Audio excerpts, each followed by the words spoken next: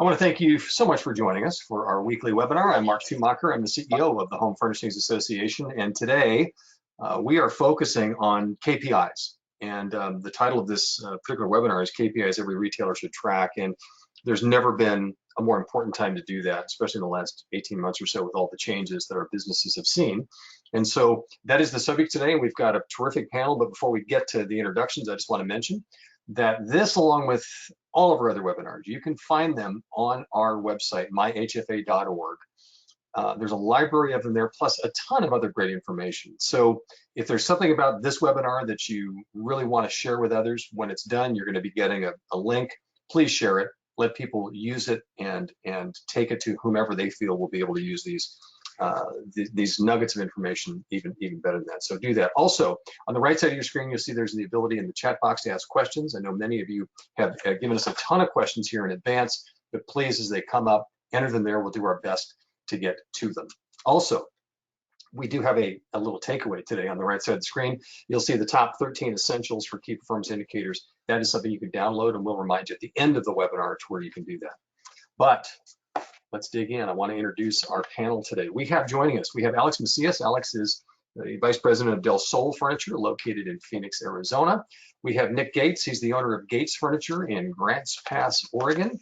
And also joining us, we don't have his picture, but he is there in voice only. We have Mitchell Stiles. He's the Vice President of Retail Operations for Badcock. He's based down in Mulberry, Florida. Gentlemen, thank you for joining us. Appreciate it on this Thursday afternoon.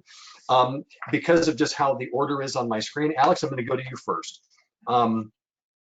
Before we get into a lot of these specific questions and a lot of the insights you guys have as far as really what these KPIs that retailers, small, medium, and large should be following, how important for you and your planning and everything you're doing, in particular with all of the unevenness about our businesses right now because of supply chain and other things, how important are these KPIs and having these measurables? How important are they? I think they're critical, absolutely critical. It's something that every single owner or anybody who's got decision-making power should be looking at on a daily, maybe at least weekly basis, depending on the KPI. And I think that's the one thing that I learned this from Steve Smith at Profitably Consulting a long time ago. He said, you also have to be really careful with KPIs because they can also be dangerous. If you're not getting the information correctly, then you can make the wrong decision based on those KPIs. Well, we're going to do, and you've already given me two great follow-up questions. I want to talk a little bit more about that in a second, because that's interesting, because you're right. If your measurements are not correct or not something you can truly rely on, you could be making a poor decision. Okay, we'll get back to that in just a second. I appreciate that. Nick Gates, I want to ask you too, how much of your planning is revolved around KPIs? I would like to say that it's something I think about all the time, but I think still in this industry, there's a lot of gut decisions that I make on a daily basis. But the only reason I feel comfortable with, trusting my gut or trusting my heart, whatever you want to call it, is because I now have a solid foundation, a baseline that I can always go back to through having measurable KPIs, something to double check my gut. A lot of the times I'll make a decision here at the store and it feels like it's the right thing, and then I go, I always try to double check that with something measurable, so that I can make sure my feeling is either part of reality or not. So I've had plenty of times where it's worked both ways, where I've made a decision on the fly and go back and look at it and go, yep, that was the right one. I knew it was somewhere in the back of my head because I was measuring, traffic or customers through the door or something. I made a decision off of that. But I've also had it go the other way, where I may have made a quick decision and go back and find out that it's not actually what is real. So the important thing is to have, I think, a baseline so that you can both live in a numbers world and also live in the inner social world that we all live in. So it's I appreciate it. By the way, when I'm looking down, I'm taking notes. So I just want to let people understand that I'm not just lost here. Mitchell, it's interesting. The first two comments made make it really clear that KPIs are a tool and not an absolute. Do you agree with that? And if so, how big of a role do they play in an entity the size of Badcock? Well, I mean, absolutely. I think one of the key words that both have used is measurement or measurable.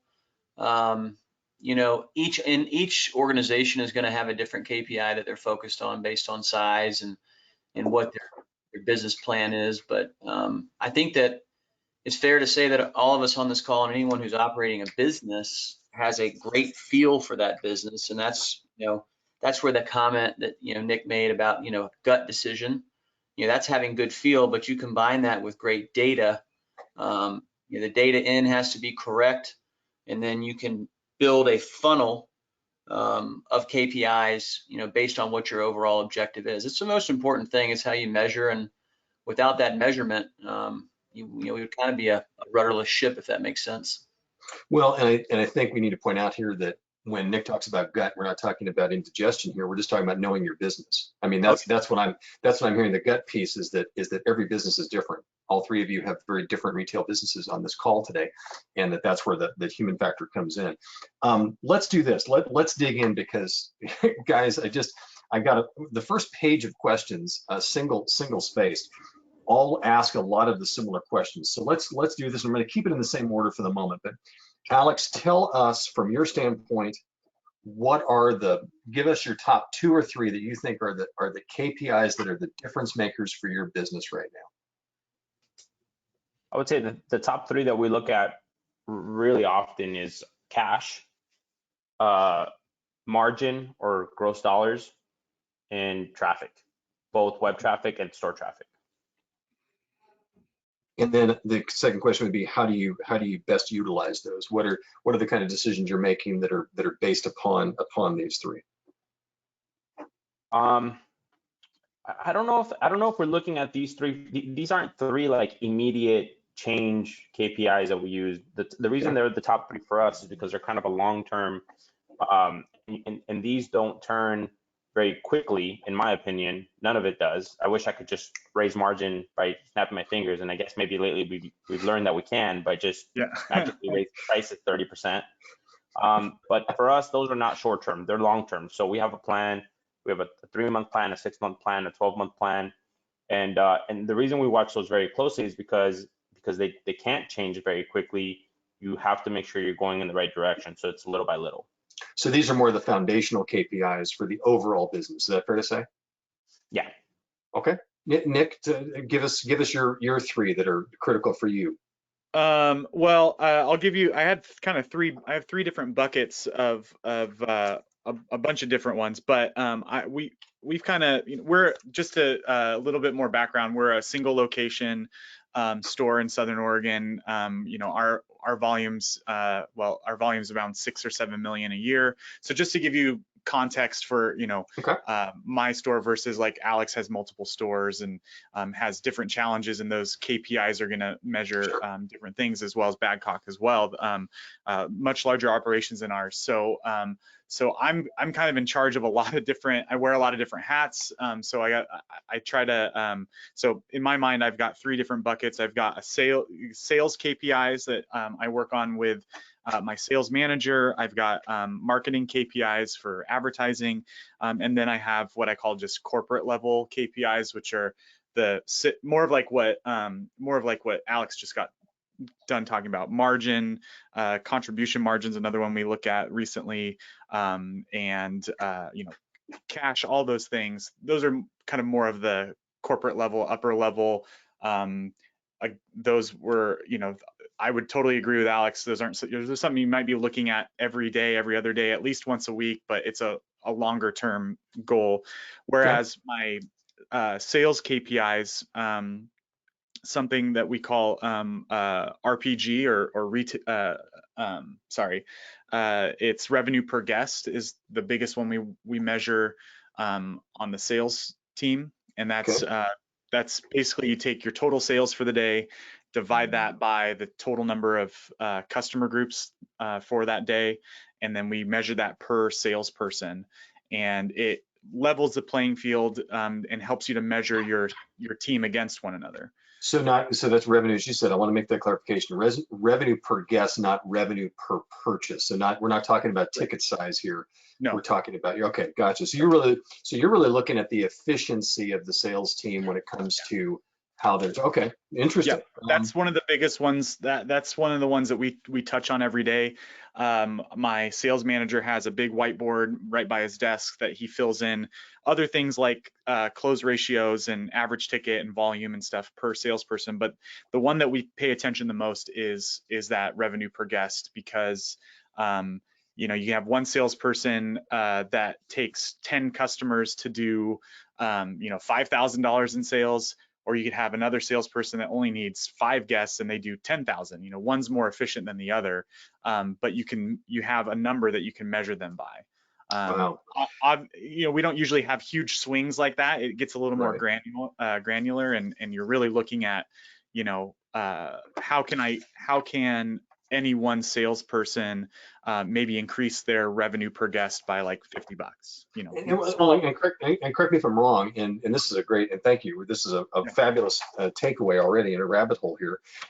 But so from that standpoint too, you can't look at that just in a one-day snapshot, because you might have different people on the floor at different times. So if you're going to really granularize this, boy, there's a word for you. Wow. Yeah. If you're going to do that, I can't even spell it. But if you're going to do that, you really need to be able to understand who in that group is having the most impact, right? I mean, so there's ways to kind of peel that onion back a bit, right? Yeah, and I think too, there is a way to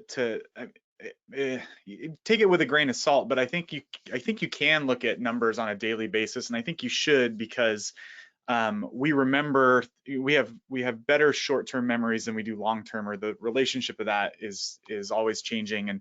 And if my sales manager gets his numbers the next morning and he knows Sue, you know, just knocked it out of the park yesterday, he can then look at what that actually means in a number form, so that he goes, okay, when I see that, when I hear her saying, you know, when I hear her building the sale, when I hear her talking about our service plan, our delivery team, and when she's firing on all cylinders, that equals this number.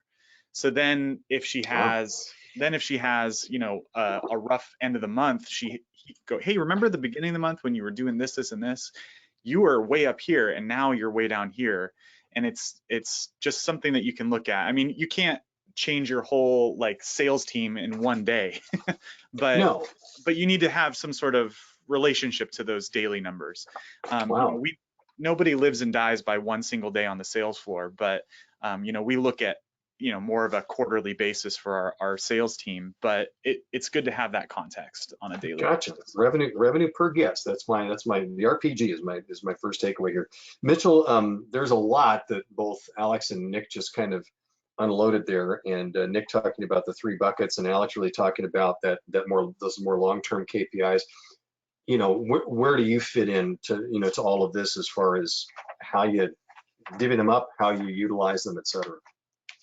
Well, I mean, you know, as you know, Mark, we're actually kind of 2 businesses in one. We have a retail side of the business, and then we have the finance side of the business, as in we hold our own paper. So 2 very distinctly different businesses wrapped into one. We're a finance company that sells furniture, and so I'll stick to the retail side of the business right now and focus on those KPIs. And I mean, I think it's important when you're looking at KPIs in any organization, whether you're a single unit or a multi-unit retailer, and that you have, you know, high level, you know, top of the funnel, and then you bring it down to a more snackable, executable, you know, portion to your sales force, because they're the ones that are going to ultimately help grow your top end goals. So, you know, if you're looking at a very high level view of our organization, you know, we're looking at same store sales, we're looking at margin, profit, traffic, unit growth. Unit production is something that's very important today, because I think we're all taking prices up due to, you know, freight increases and raw material increases. And so are we really growing your business, or are you just increasing prices? Inventory turns, and then GMROI. GMROI is a very, very important metric. But, you know, in order, you know, to boil those down, you know, I think you started your question earlier to Alex with, what are your top 3 favorite or most important? I think that to go along the lines of what Nick was saying, we use VPG, which is the same thing he's saying. We just say volume per guest, revenue per guest. My most passionate KPI on the retail floor is conversion, which is tied into VPG as well. And we went through an exercise, actually. We have 383 locations, but 315 of them are owned by independent businessmen and women. And so, shining light on what's important and how they can improve their business is a large part of what we do. So KPIs are very important. And to go along with what Nick was saying there, if I was able to share my screen, and I showed sales associate A that sells $50,000 in a month, and let's say you have some KPIs that you judge them on, warranty production or delivery conversion, average sale, whatever it may be, and they're at 50%, 50%, 50%, and they both sell $50,000, and all of those numbers are the same. And if you just look at them at surface, who's the better sales associate, right? And it's not really meant to be a trick question, but you can't answer that question without knowing how they converted and how they got to that 50,000. So conversion, to me, is probably the most important and absolutely most important KPI you can look at on the sales floor. That's what you're doing. That's how you're producing as a sales associate. So if it took me 150 ups to get 50,000, and the guy next to me or girl next to me, it took 25 ups to get 50,000, then I need to have a prayer session with the 150, right? So that's just kind of a high level view. Important to make them snackable though, boil them down and make them digestible for the sales force, because they're ultimately going to drive your top line goal.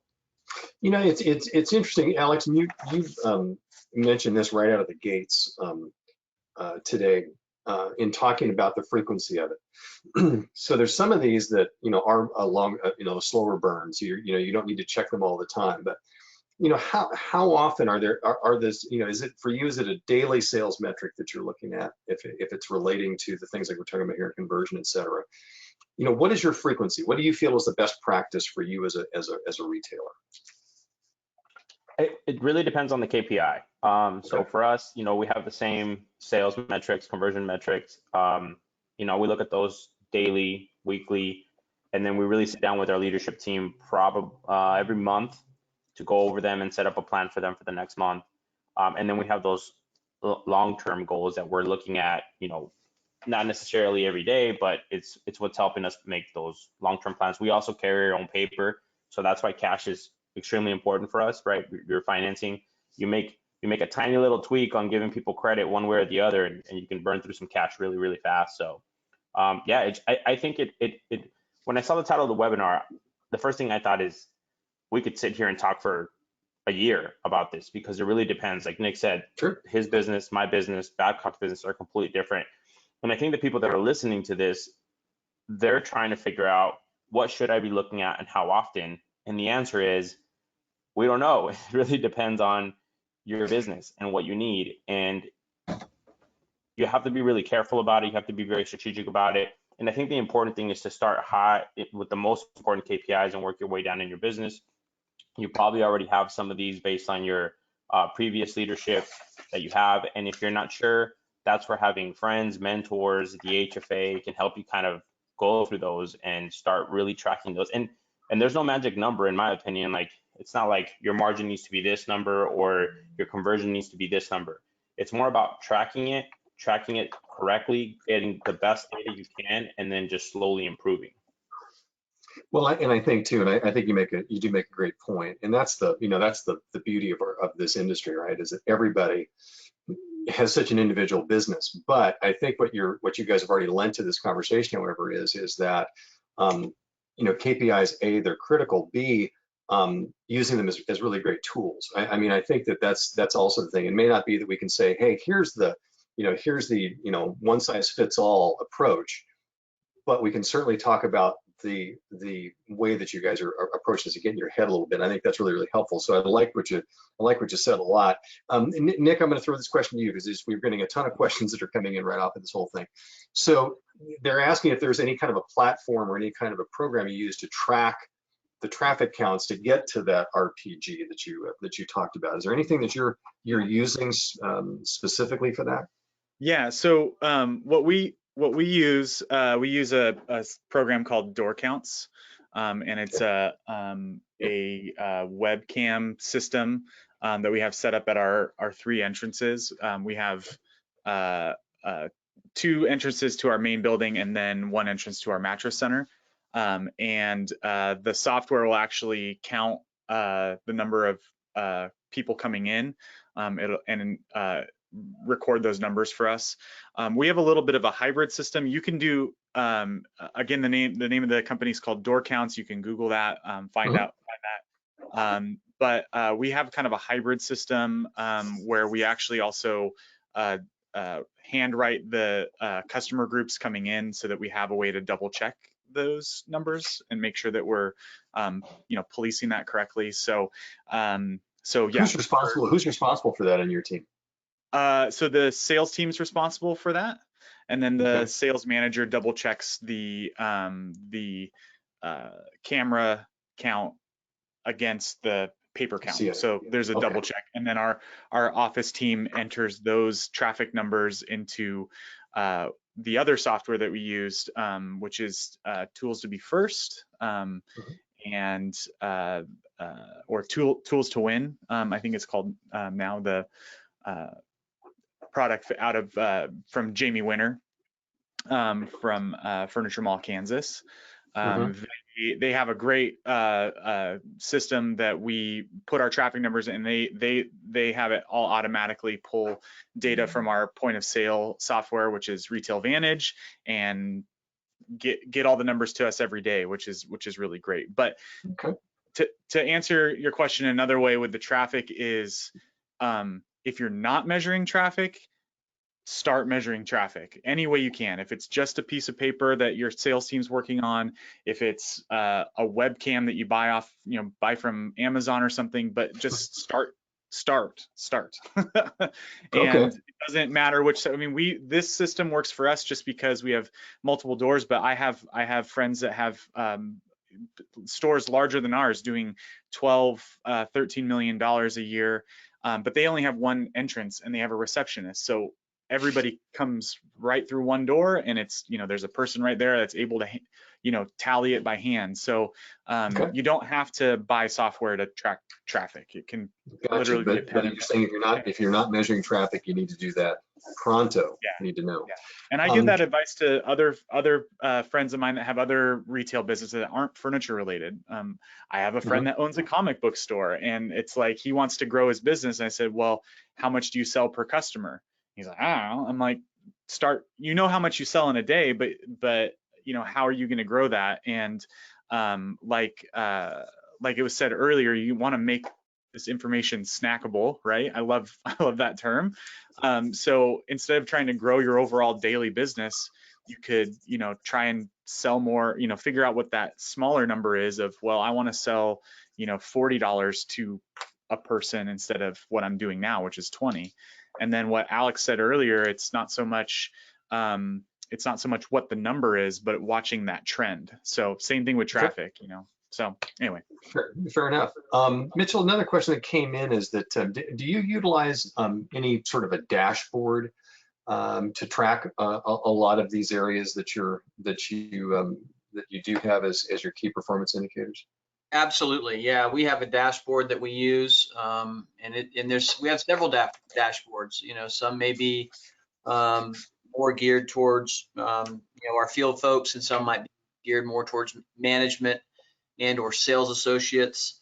But that visibility and being able to see it. You asked earlier, how often do you look? I think it's fair to say that you're looking every day at one and or multiple KPIs. So one of the just to kind of put a little exclamation on what Nick just said, You know, why does Bass Pro have turnstiles in the front of their stores when you walk through them? Hello. Yeah. There's no human error there. There's no way to get in without going through them. So that is a very, very good point. That traffic is very important. Gotcha. So you would obviously advise somebody, if you can, to have a dashboard, and you've got it right in front of you, and you can really manipulate it and utilize it. So there's a lot of great questions coming. Alex, I want to throw this one at you. So there's this question that says, how do you turn KPIs into actionables? As they made, it's another made up word, all made up words. But how do you do that? You know, it's great to compile these things, but really, how do you turn these KPIs into really actionable nuggets? You know, I think once you've identified it and you're confident that you're getting good data and you've analyzed it and you know what you want to do, then you have to set a goal of X amount of time, and then involve your team so that you start. It's like climbing a ladder, right? You're not going to get to the top right off the bat. You're not going to all of a sudden, you know, like Nick said, if you're not counting traffic at all and you want to improve traffic, well, it's not going to happen overnight. You're not going to count it one day and then all of a sudden the next day. There's a lot of things that if you're measuring the important KPIs, they're going to take some time, and you're going to have to develop a plan, and you're going to have to bring in your team, and everybody's going to have to get behind it, or it's not going to work. And what's your goal, right? Okay, we want to increase our traffic. Well, how are we going to do that? You know, marketing, what are we changing? Our website, whatever it is, set that plan in, and then you have to start measuring. And most importantly, you have to hold yourself, your business, and your people accountable to those KPIs. And if you, Alex, let me ask you a little follow-up there. So if you, is part of this, you know, sharing this with the team for that buy-in as well, so that they completely understand that metric and why it's, you know, why it's valuable, et cetera. Is that critical for you to make sure that the team is bought in as well? I mean, that depends on your business culture. That's how we do it. I know for a fact I can't do this by myself, in my opinion, and so I need everybody else's buy-in. And sharing that information on why it's important and what the plan is and having that buy-in is critical. The other part of it too is that's why I think that the KPIs before you set that plan is making sure that you yourself understand them, because I've made this mistake early in my career where I thought I understood KPIs. I got ahead of myself. We're going to do this. This is the plan. You roll it out, and you didn't really fully understand the KPI or where you were going. Okay, that's a super valuable takeaway. My KPI for how well the subject matter is going in a webinar is when I look down and we're almost halfway through and we have just been really moving it. So I want to just remind people that are just joining us, we're being joined by Alex Macias of Del Sol Furniture in Phoenix, Nick Gates from Gates Furniture in Grants Pass, Oregon, and also Mitchell Stiles joining us audio only from Mulberry, Florida, and from Badcock. Let me hit another, and again, you guys are really sparking a ton of great questions here. Nick, I'll start with this one with you. So the KPIs we've talked about here, you had sales, you had marketing, and we know those long-term, the more long-term corporate ones, you know, perhaps fit a little bit of this. But what about the back end of the business? What about warehouse? What about delivery? All that kind of stuff. What sort of KPIs? There's a lot of people out there who want to know what are the KPIs that I should be looking at or putting in place for that side of my business. Oh, did you mute? Sorry, yeah. There you go. Sorry, yeah, I probably am not the greatest person to answer this question. I mean, we're a smaller store. I'm going through a lot of different things at our warehouse, and deliveries kind of run the same way. But what we're finding as far as KPIs go with delivery is, I mean, we base all of our business, you know, all the top level information is based off of our delivered sales. So getting deliveries out the door and into customers' homes is a huge importance for us. So we want to make sure that we're doing it well. We do have a few metrics that they haven't changed in a long time. And it's a huge service, you know, a huge kudos to my delivery and service team. I've got between my warehouse manager, my service manager, and my warehouse foreman, I think I've got over 120 years of experience there. I'm really blessed with Wow. team that's been with me for a long time, or not just with me, with my dad before me, and they just kind of have second sense on a lot of things. But it doesn't mean we don't measure those things. And so we're measuring, you know, how many dollars go out on a truck, how many stops we go on a truck, and the time that it takes to do that. And you know, I really don't fiddle a lot with that, but those numbers we look at. The other one we look at is the completion rate of delivery. So when we go out on a delivery, was there a mistake? Did we forget something? Did the footboard for the bed not get on the truck for some reason?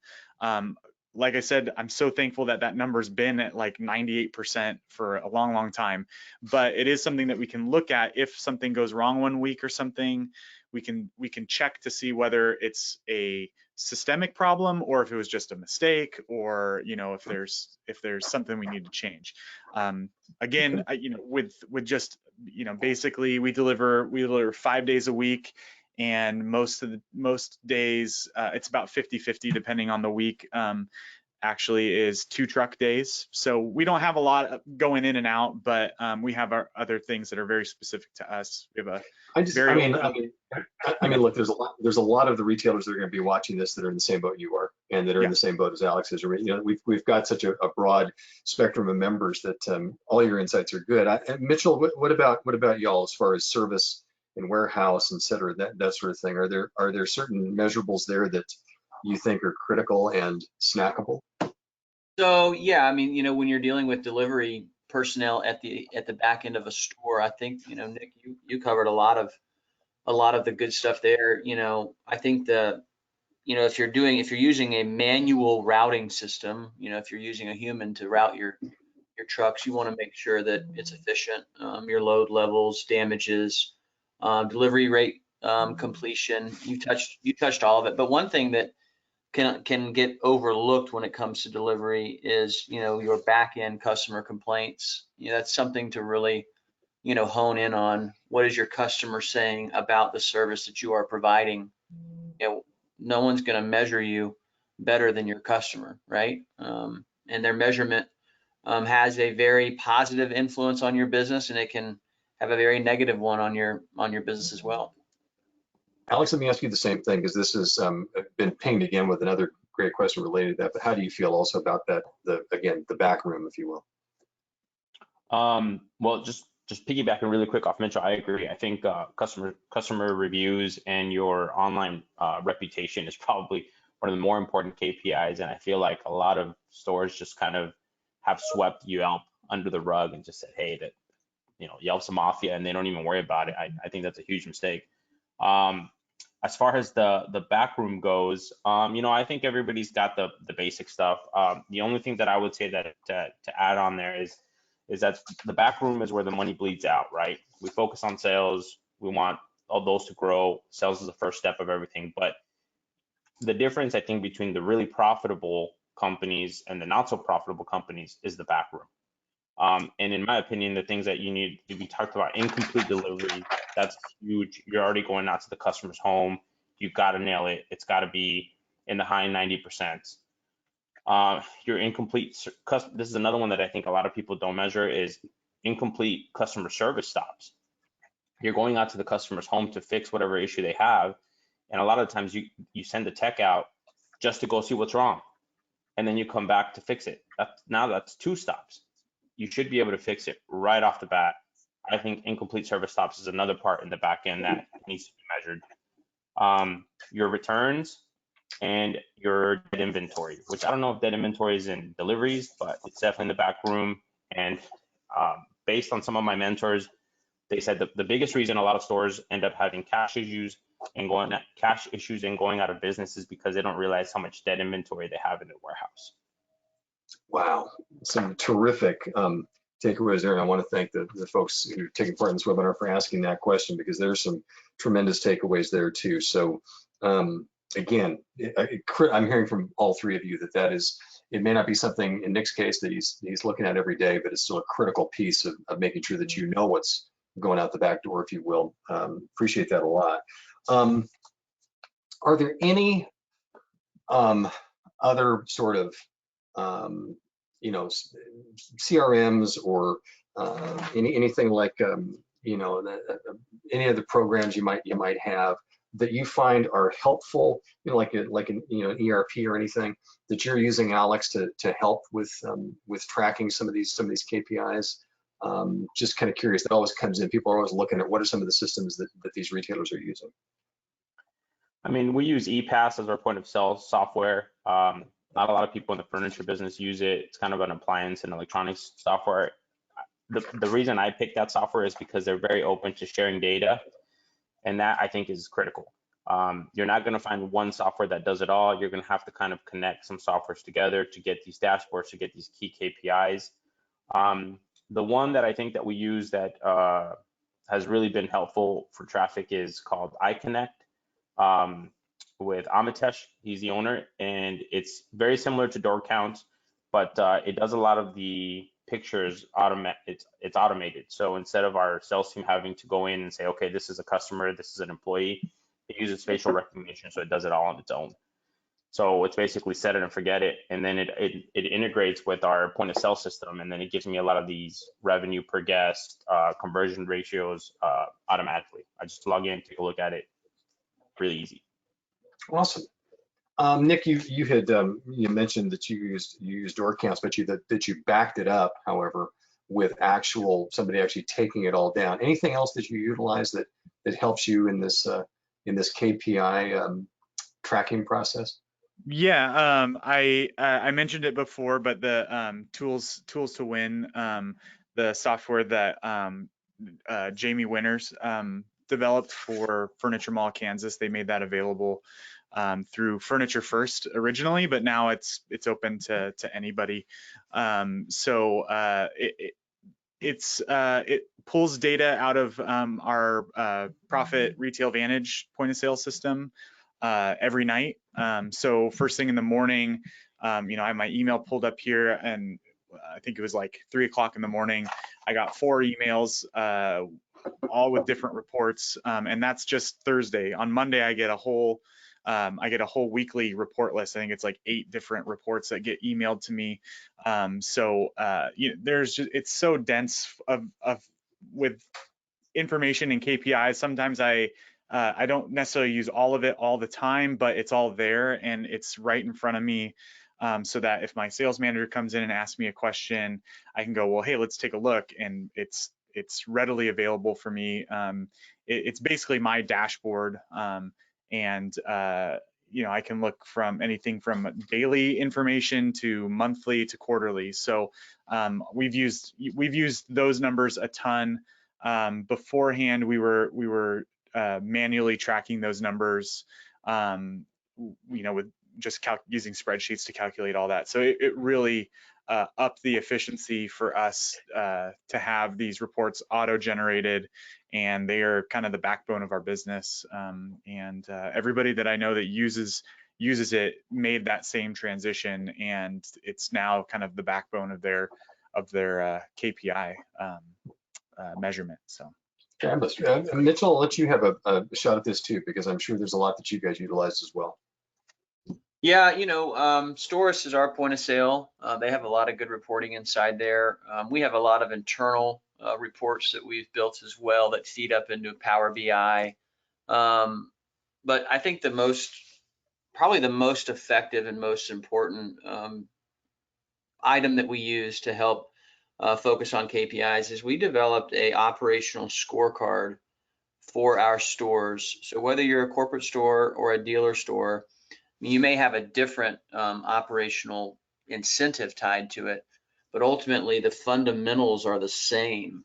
And so those are levers that we can control, and that I shouldn't say control, that we can influence and shine light on, and then we can measure it. So yeah, this started years ago. Like, you know, one of the things that we did is we did, you know, the rule of 28. And I don't know if that's what it's called in the real world, but that's what we call it down here in the Megapolis of Mulberry.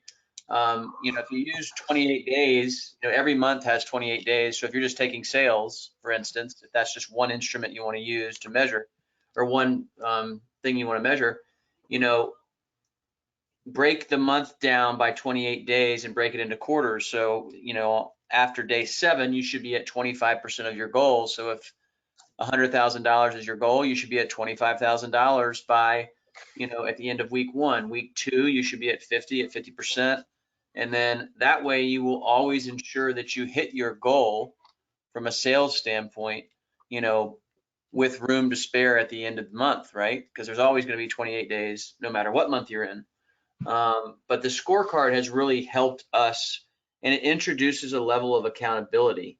And I think that is very important, and it will force you, it'll force the business and the leaders of the business to make tough decisions, but it's the right decision for the business to grow and move on to the next level. Appreciate that. And another, I think, really excellent question too is that, Alex, a lot of what we've talked about has been very much brick and mortar focused. Can you talk a little bit about KPIs that come from your online presence and what you're using from that standpoint? Because that's another huge line of questioning that a lot of retailers and home furnishing retailers have from this webinar today. What are your thoughts? Just really quick before we move into that, Mark, just adding on to what Mitchell said, I think that's critical for people that are going multi-store. I know that a lot of our membership in the HFA maybe has 1 store, but they might be going to 2. And I would highly suggest to get that type of KPI to be able to manage the 1 store you have before you go to 2, because it was very painful for us to grow from to 4 stores without having that in place. And then you're having to kind of go backwards to try to figure that out. So it really kind of sounds strange to try to put that much energy into the KPIs if you just have 1 store at that level. But I think it's critical before you go to 2, 3, or 4, etc. So okay, appreciate that. Back to the online stuff. I mean, there's a whole slew of dashboards and information on KPIs for online. It also really depends again on your goal. What's the goal of your online presence? Are you trying to have people purchase on your website? Are you trying to drop ship nationally? Are you just taking care of your local market? It really depends. The important things that I take a look at is obviously our overall traffic. It trends up and down just like your in-store traffic. I think one of the interesting things about store traffic is that we've kind of accepted the fact that we've been, as an industry, just less people are coming into the stores. So maybe they used to shop at 4 or 5 furniture stores. Now they're shopping at 1.5. I don't think that applies for the web. I think that we should be aggressively looking at our overall web traffic and pushing to get more and more web traffic to our websites. I think it's critical. Okay, Nick, how about you guys? Do you measure, and how do you measure any of your online connections to your customers? Yeah, we measure by just web traffic, just basic level there. We do online sales to our area. However, really the goal for our website really does center around eyes in front of a screen, and then converting those eyes into eyes that are attached to bodies in our store. So that is kind of the latest piece of the puzzle for our web team, and we're working on ways to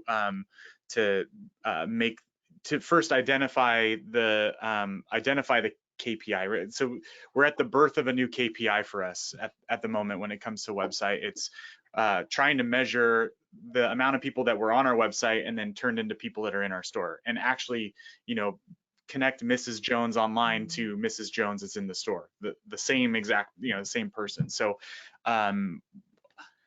that's in process. I know there are some people that have made that jump already and can actually do that, but it's kind of like I said, in process for us, and should be really exciting once we can identify what our website is doing to bolster our in-store traffic. Sure, and how you've converted to an in-store sale. Mitchell, what about you all when it comes to the online presence? Well, I think I'm kind of hung up on this a little bit. I think it's important to recognize that your website is a spring-fed lake, and I keep saying that it's in constant production, and what it's producing is data. And so there is so much data that you can get out of your website. How you go about doing it, that's a little matrixy for me, but I will say that some of the things and questions that you should be asking are, what are your sliders doing? Depending on the, I should say that depending on the, what kind of website you have. I mean, if you have sliders, where are they? Where are they placed? Where's your credit message placed? Is it generating clicks? How long are they sitting on something? I shouldn't say sitting on something, and it's just part of me being in the furniture industry, but how long are they hovering over something, right? What differences do you have online versus in store with product? Like if you asked me before I knew the answer, if you said, what do you think is the #1 viewed product that we have? I would never guessed it because it is not our #1 seller. But, then you have to ask, your buying team and or yourself, should you allow your website to influence, buys? Absolutely. Should you allow your website to influence, to Alex's point, if you're looking at a second location, where are people clicking on to your website from? There's just so much. And if your sliders are not working and if things are not producing on your website, they should be treated exactly like a sales associate that's on the floor that's not producing.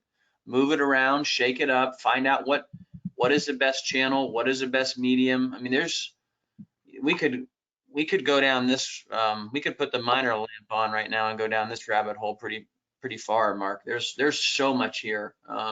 Products, attachments, what products sell, and have better attachments versus others on your website versus in your store. It's just how much is producing foot traffic into your store. There's a lot there.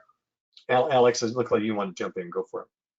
Oh, I totally agree. I was just, my brain was spinning on that, and I was thinking, there's so much data there, right? And you have to kind of sort through it. But one of the biggest things that I think people need to be careful in this industry is that if you're getting any KPIs from a vendor partner that you pay for marketing, I'd be very careful with those KPIs.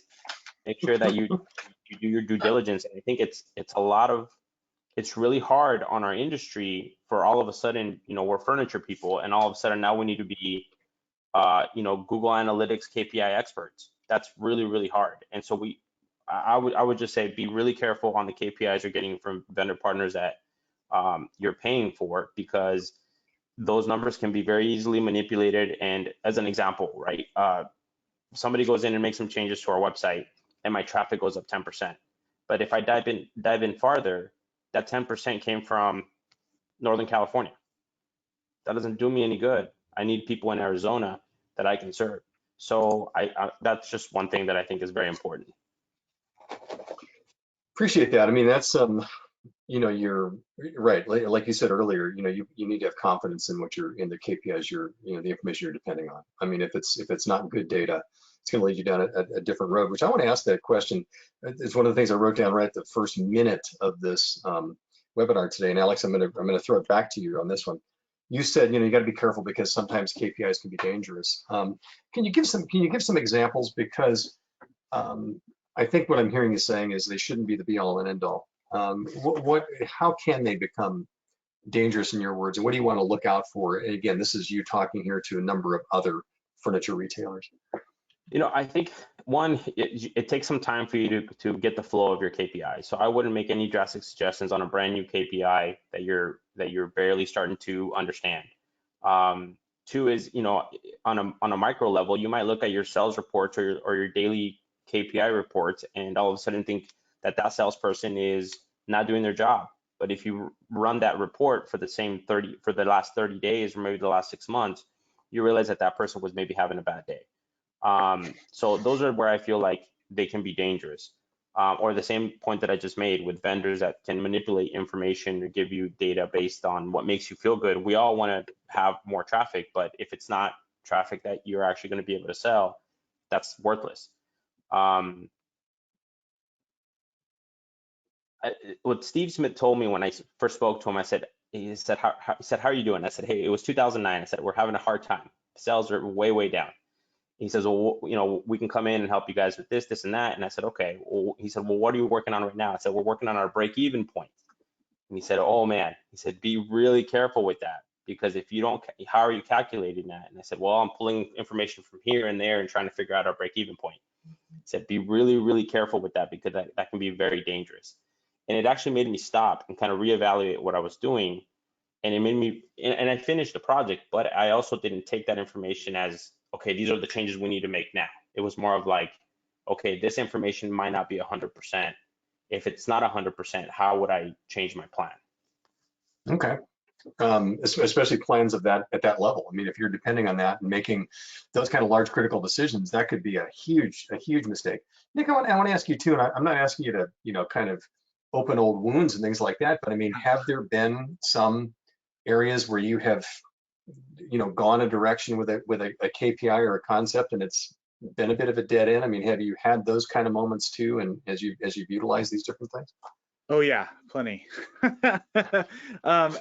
Alex was saying that earlier, I was like, yep, that's that.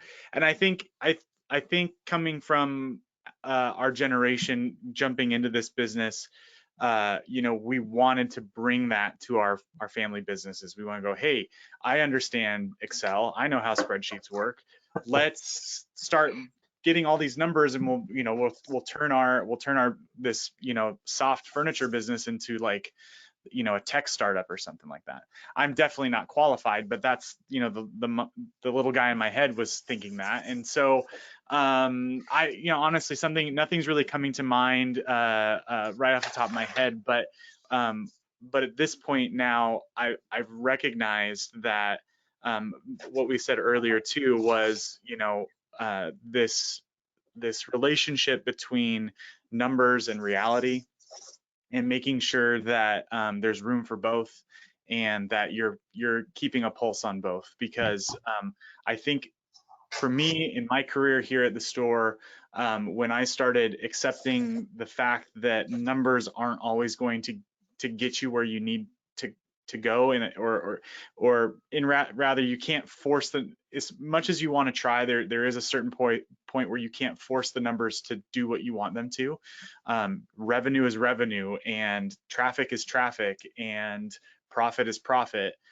If you're spending too much time monkeying around with trying just to get the answer you want out of the numbers, and not actually focusing on just the hard work and determination of a retail business, then you're not going to get far, and you're going to make a lot of people mad along the way. My dad and I haven't been in any fights really, other than when it came down to this, like actual mad at each other. Like, we have all the respect in the world for one another, but it was only around these subjects where I was trying to force something to happen that we actually just got angry at some point, and we've hugged and made up for it a long shot. But that was something for me to learn and say that okay, I need to try and find the interplay between the two, and merge the new with the old, and the tried and true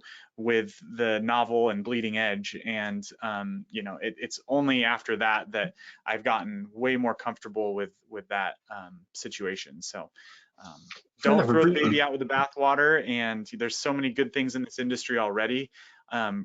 These KPIs and measuring that are just the next generation of understanding a great business from the get-go. Well said. Well said. I love that. I have a question for really time for one more question. And Mitchell, I'm going to toss this one to you. Can you just talk briefly, because again, this is another area where there's a lot of questions from our retailers that are with us today, is that how have you best utilized these KPIs and translated that into rewards for the team, accountability, and that sort of thing? Let's just talk briefly about that from everybody before we finish up today, as far as how those can be really adapted to really help the sales team excel. Yeah, I will. Before I do, I just want to kind of say one thing to kind of highlight what Nick just finished Sure. there. There's a quote, and I think it was Einstein. He said something about not everything that can be counted counts. Not everything that counts can be counted, right? Isn't that the quote? Mm. That kind of goes hand. I haven't talked to Albert recently, so I'm not sure what. Yeah, no, that's a great quote, because I mean it really goes hand in hand with the change in leadership, and a lot of the businesses in the HFA are family owned, and you're moving from second to third or first to second generation, and it is an interesting transition. But back to your question, Mark, you're asking about how do we reward the employees, the associates that help us get there. Is that fair to say? And how you use that information from the KPIs to really put that together, I guess, is the question that came in. Yeah. So, it's tied to the scorecard. We also have a rewards for more program. We're Badcock and More Home Furniture. And so we call it our rewards for more, and we share in the money with the production of those areas on, that we want to improve upon. So, if we want delivery conversion to be over 60%, and we have sales associates that achieve that, we're going to reward them in a number of ways, whether it be your average sale or average ticket. We're trying to share in those with them and motivate them beyond what they're getting compensated to do their job, if that makes sense. So, we have a commission sales force, and then on top of that, we layer in KPIs that we want them to stretch and go reach. And so that's how we really drive it home. And it's constant, it's constant. I don't necessarily want to use the word coaching. It's just constant discussion. It's constantly working with one another and listening. I think Alex mentioned earlier, it's important to listen to your people and hear what they have to say. Sometimes they may have the best vantage point, and they could tell you a KPI that you haven't even thought of. Well, and I want to ask just Alex real quickly too, is that it sounds to me like you're all saying you can back up a lot of these expectations and the training with the sales staff with KPIs. KPIs can be the validator for why you're doing certain things, correct? For sure. I think that, if a KPI is important for you to track, it's important for you to either have a plan and make changes with it, or to set up some kind of reward system for it. It's like gamifying it. You can go out to your warehouse and you can sit there and yell at your guys to unload the truck faster, or you can just create a compensation plan that if they unload it faster, they make more money. And then I can come to Hawaii on vacation. There you go. I wasn't gonna tell everybody where you were, but thank you for I figured mentioning it was important because rewards. I don't think I've ever worn this hat anywhere in the industry, and people are wondering why in the world I'm wearing this ridiculous outfit. Hey, listen, the Panama hat works in a lot of different aspects, so I appreciate that. And I was born with a melon this size that I put that on and it looks like a little beanie, so I can't do that. I want to just point out, by the way, that there's been a ton of takeaways, and we will follow up with those of you that are joining us today with a lot of these takeaways. But man, there's just been a ton in here about the use of KPIs and really how they can help to drive your business, and all the way from the sales floor to your website, to your online presence, to the back room, everything. And there's actually almost too many for me to go through here. But I think the three of you have done a fabulous job of putting all this together and just really letting people understand that there's a million KPIs out there, but you need to decide which are the most important for your business. Nick puts them together in buckets. I think you all kind of do in a certain way, but it's like, what are the short-term dailies? What are the weeklies? What are the quarterlies? What are those that give me an overall view of the entire health of the business, which is what Alex started us out with today, which is all of those dealing with cash flow and things of that sort.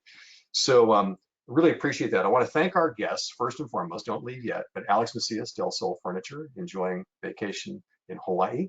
Thank you for joining us. Nick Gates from Gates Furniture in Grants Pass, and Mitchell Stiles joining us from Badcock Furniture. I want to thank you all, and I want to mention that we have a webinar coming up October the 7th. And I want to just let you know about it. Every time we get a chance to sit for an hour and talk to Todd Wanek, it's always very insightful and entertaining. And we're going to be talking to him, really grinding down on the supply chain. And gosh, there's a million aspects of that. But I do hope you'll put that on your calendar, Thursday, October the 7th, 12 o'clock Pacific, 3 o'clock Eastern. We're looking forward to having Todd as our guest. And of course, the one thing I do want to point out is that everybody involved in this webinar today, also Todd as well, HFA members. Never forget that membership has a lot of privilege and power, and there's a lot of benefits we can bring to you and we're proud to serve as your association. So remember, this webinar will be available at myhfa.org/webinar.